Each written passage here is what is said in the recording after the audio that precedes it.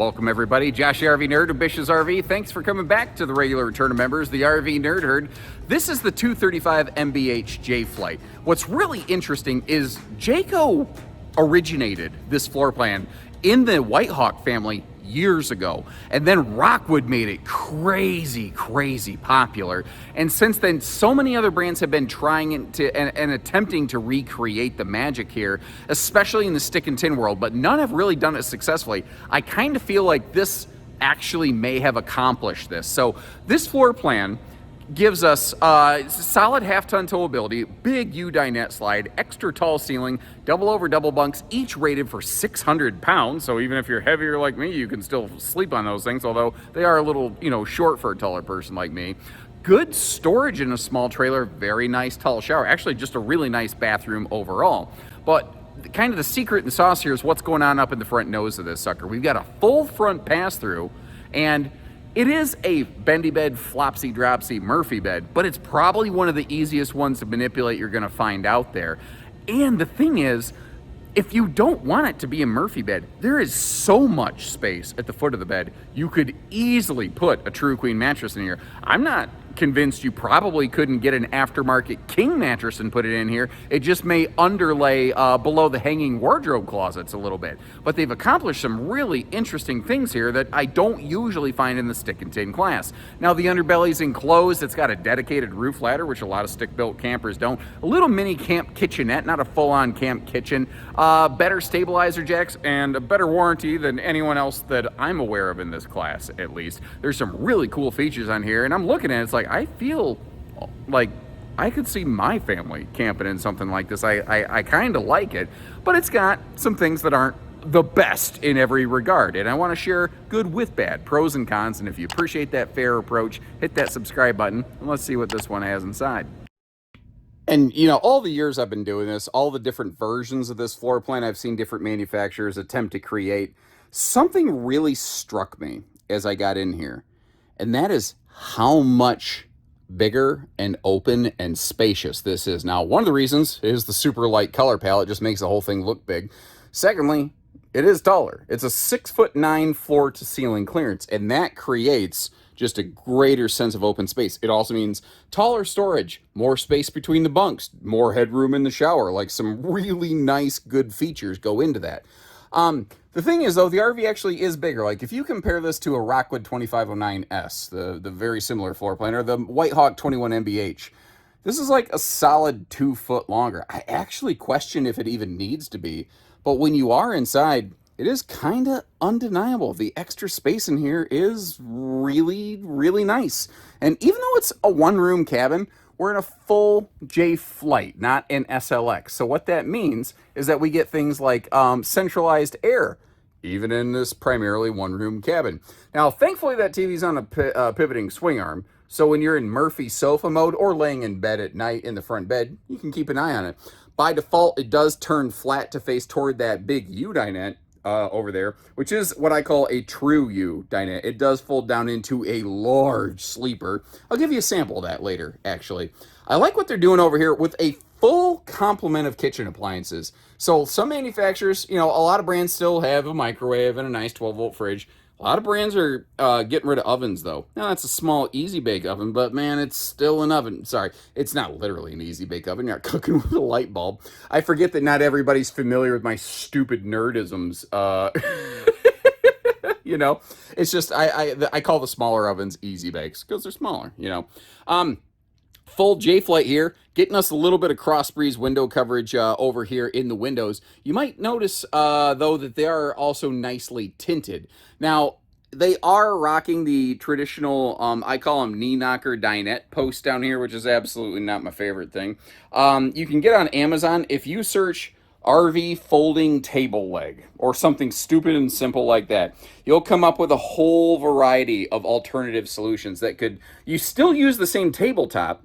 You just take the screws out of the pedestal base, and then you screw on a new set of legs. And that's really kind of my personal preference up here. But I want to focus in on what's going on in the front end of this thing. And it's a segment I'm going to call "Want to See a Magic Trick?" First of all, you've got your normal hanging wardrobe towers. Notice how J-Flights are giving us household and USB outlets on both sides of the bed now. That's really nice. The little bit taller nature of the RV means there's more space under the hanging wardrobe tower for those side stands. So if you're a side sleeper with your arms hanging off the edge, that's a nice little thing going on right there. It is a short queen mattress. But if you look at this, there's like 1.5 feet hanging off, well, like between the edge of the bed and the slide fascia. If you want to put a true queen on this, you absolutely could.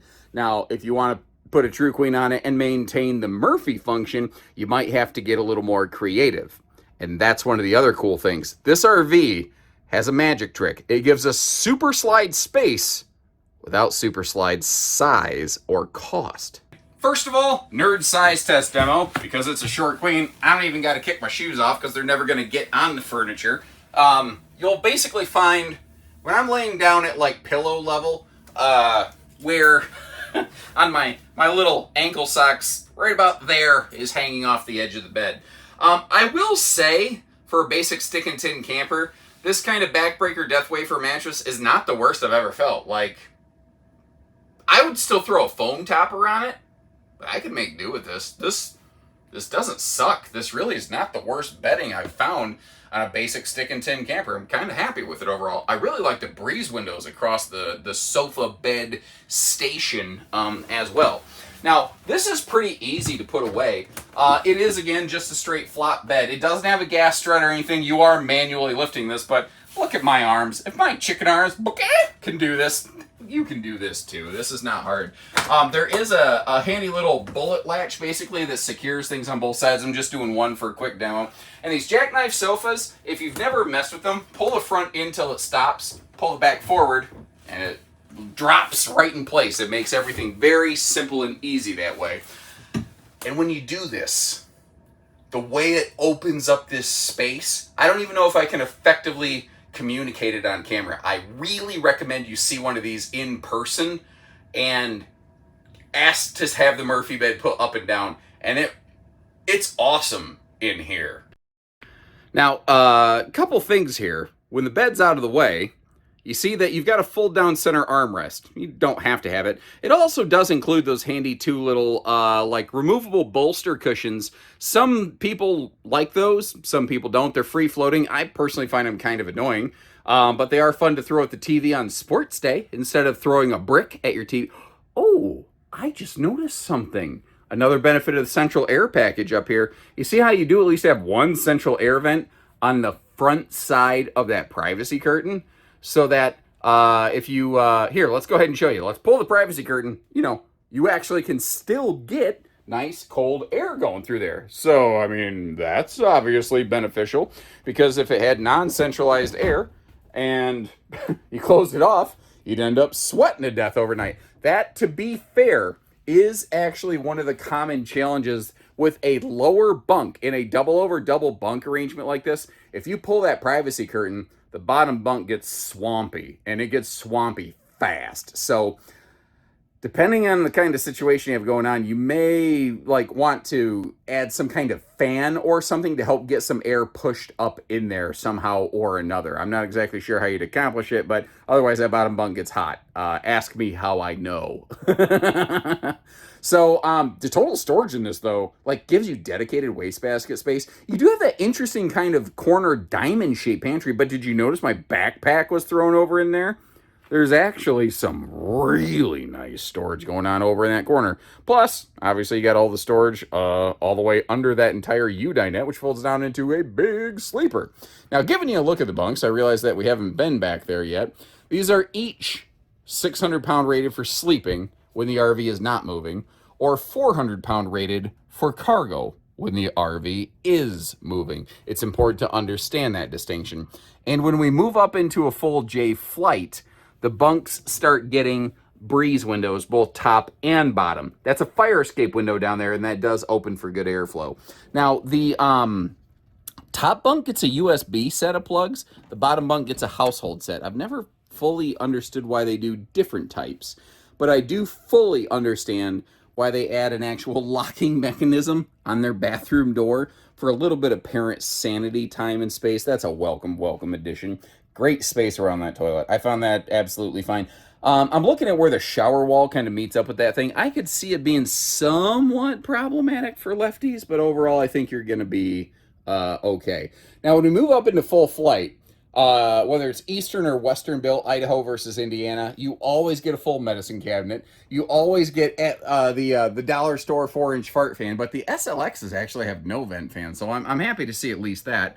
And we're 6'9" tall once again, which means the headroom in the shower is fantastic. And if you notice, you don't hear my elbow banging on the wall, because this thing has a very large shower pan. Give me a second and I'm going to get you down there. I like how they give us a little bit of linen storage here. If you roll your towels up or stuff your towels in there, they will tend to stay pretty well. So I don't love open face storage, but I also appreciate the fact that they didn't make it super deep, as Rick James used to say, where you have to reach all the way up there with your armpit, because that is not fun and absolutely sucks. Once again, ask me how I know.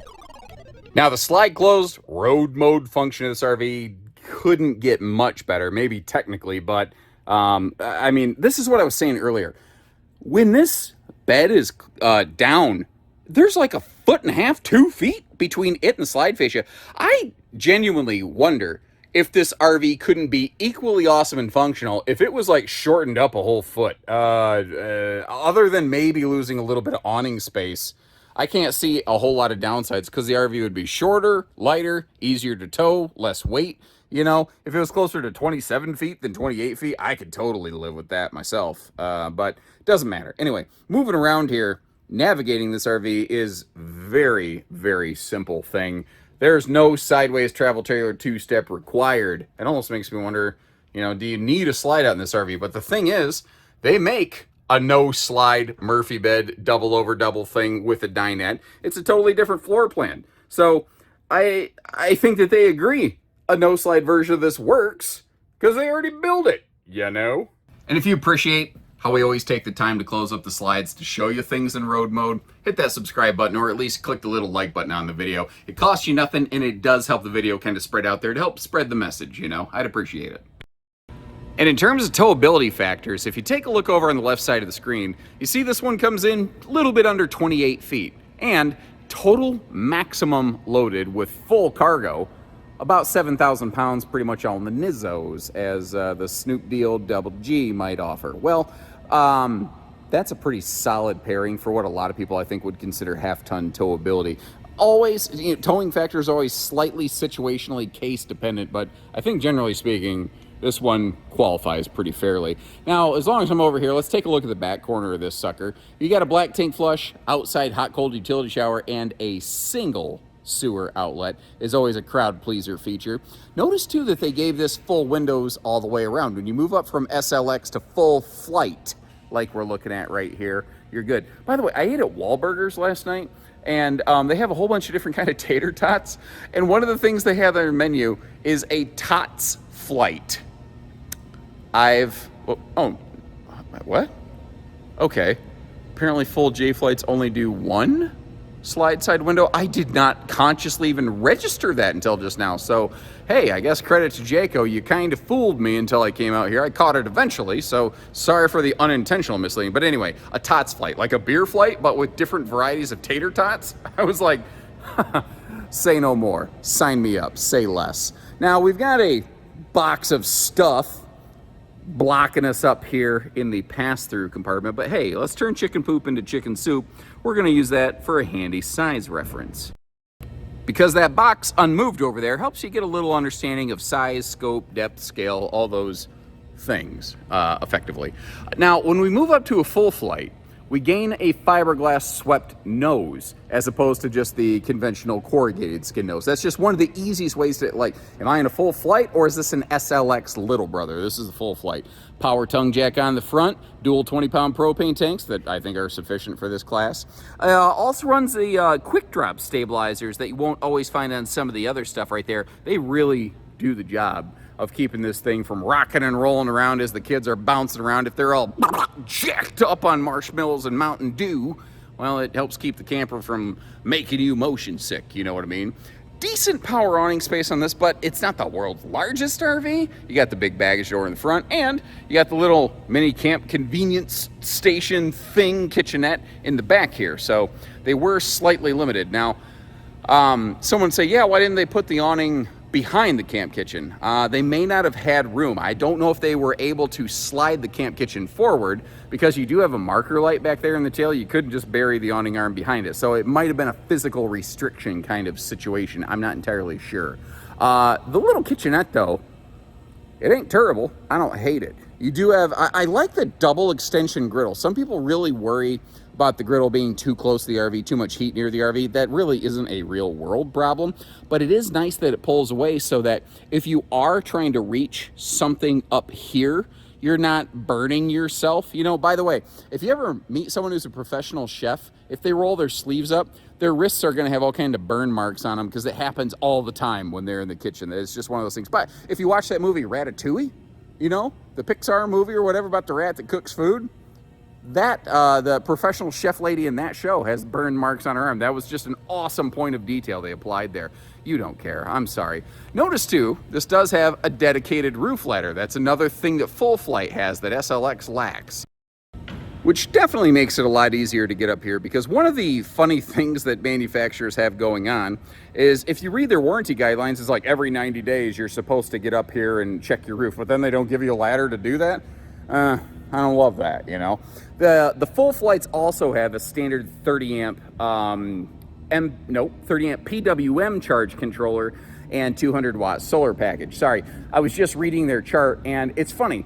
The Overlander 1 package changes when you move up to fifth wheels and beyond. When you get into their fifth wheels, it does change to an MPPT charge controller, but in their travel trailers, it is a PWM. And if you don't know the difference, allow me to oversimplify this painfully. MPPT costs a little more and works a little better. There you go. So thanks again for tuning in. As I always do, I'll drop you some links in the video description where you can see real world pricing and availability on one of these. We don't do hidden dealer fees. There's not a $1,985 go camping prep package or BS like that on top of that. It's just, here's the price plus taxes and tags. You need a hitch? Okay, hitch is extra. But you know, the actual RV, you could really understand what you're getting for your money listed right on our website. I will also drop you some links to, like I mentioned, like Rockwood, and Jay Feather has a version of this floor plan also from Jayco. So if you like this, but you're like, yeah, I want laminated. Well, they make that too with aluminum framing, you know? So check those links out, look at a couple, let me know which one you'd go with and why. And until next time, take care, stay safe, have fun, and happy camping, everyone.